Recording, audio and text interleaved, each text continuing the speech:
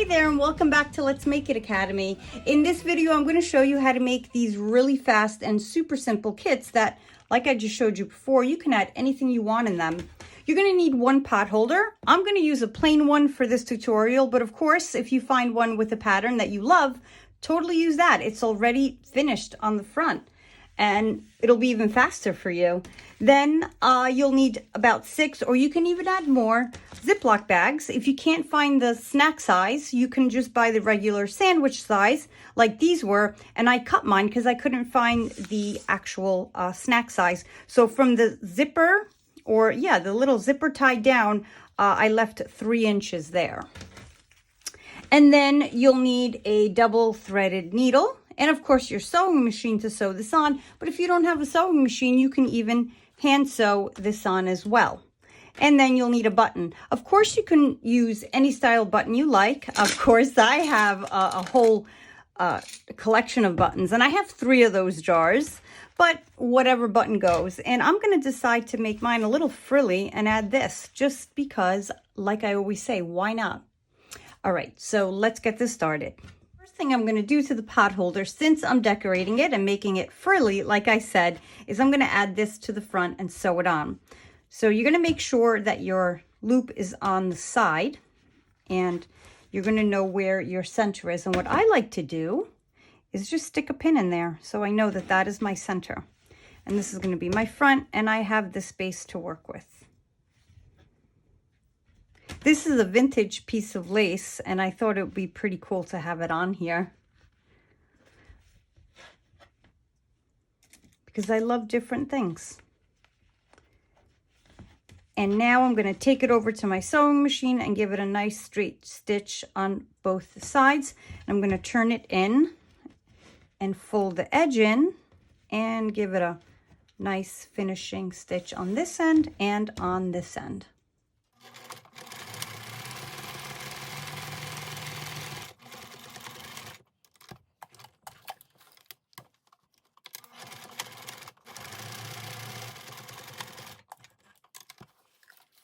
Sewn down, I'm going to take my plastic bags and lay them down with the open end or your closed end if you actually found the snack size, and lay them like this. So 1 on each side, and I'm going to keep going until all 6 are laid out straight. And if they do move around, it is totally normal.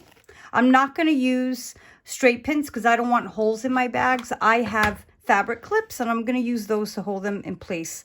And I don't have a good way of doing this and telling you how to do it to keep them still. So you're going to be moving them around a bit and adjusting them right before you sew them all in place. And if they do stick out a little, it's okay. Ziploc bags in place, I'm going to use my straight pin there to guide me so that now that I go back to the sewing machine, I'm going to do a straight line here, actually a zigzag, but a straight zigzag down here, and that guides me that that is my center of the pot holder.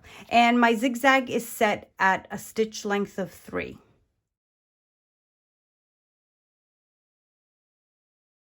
Very last step is to sew the button on. So I like to just kind of guesstimate where to place it, and that all depends on the size and style of the button. So now I know it should go about there, because you do want the loop to fit snugly around the button so that it stays closed, your little kit. And I know I'm here, so I took my double threaded needle, and I'm going to start on the front because I do like to hide the double knot under the button. Let me just secure that in there. Here we go.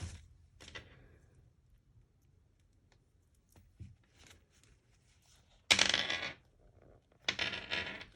think it goes well, this pearlescent type sort of pearl, or what is that? Kind of like a rope design there. Definitely vintage, just like my frilly lace. And I'm going to continue sewing this on until it's nice and snug.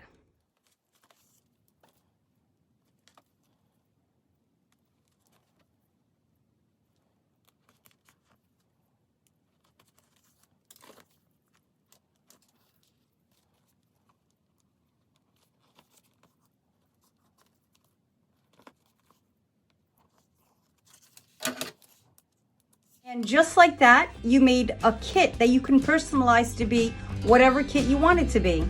Thank you so much for watching, and I really hope you enjoyed this video.